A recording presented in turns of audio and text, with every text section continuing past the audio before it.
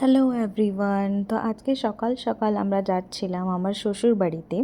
Last ভিডিওতে আপনারা দেখেছিলেন যে আমরা কলকাতা থেকে আমার মায়ের বাড়ি এসেছিলাম, কারণ আমার বাবার রিটায়ারমেন্ট ছিল। আমরা কিছু সেলিব্রেশন করেছিলাম, তাই সব সেলিব্রেশন করে আজকে আমরা যাচ্ছি মায়ের বাড়ি থেকে আমার শ্বশুর বাড়িতে।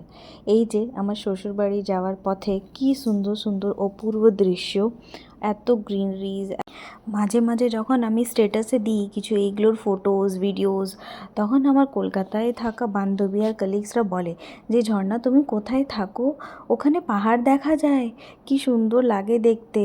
আমরা তো কতদিন হয়ে গেছে পাহাড় দেখিনি, তাই আমরা দার্জিলিং যাব বা সিকিম যাব।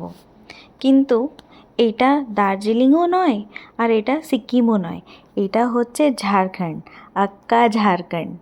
দেখো কি সুন্দর পাহাড় দেখা যাচ্ছে, খোলামেলা আকাশ। আর এই যে আমরা পৌঁছে গেছি আমার শ্বশুর বাড়িতে, আর ঢুকতে ঢুকতেই ছোট্ট একটা গাছে এই বুলবুল পাখিটা 3টে ডিম দিয়েছে। জানো তো, এখানেই বসে থাকে। আমার শাশুড়ি মা বাটিয়ে একটু চাল দিয়ে দিয়েছে, একটু জল দিয়ে দিয়েছে, ও টুকটুক করে খায় আর এখানেই বসে থাকে। এই দেখুন, এইটা হচ্ছে আমাদের ছোট্ট সোনাই। দেখতে খুব কিউট, খুব শান্ত না? কিন্তু একদমই না, এত দুষ্টু, পুরো ঘরকে মাথায় তুলে ঘোরে, কিন্তু খুবই কিউট।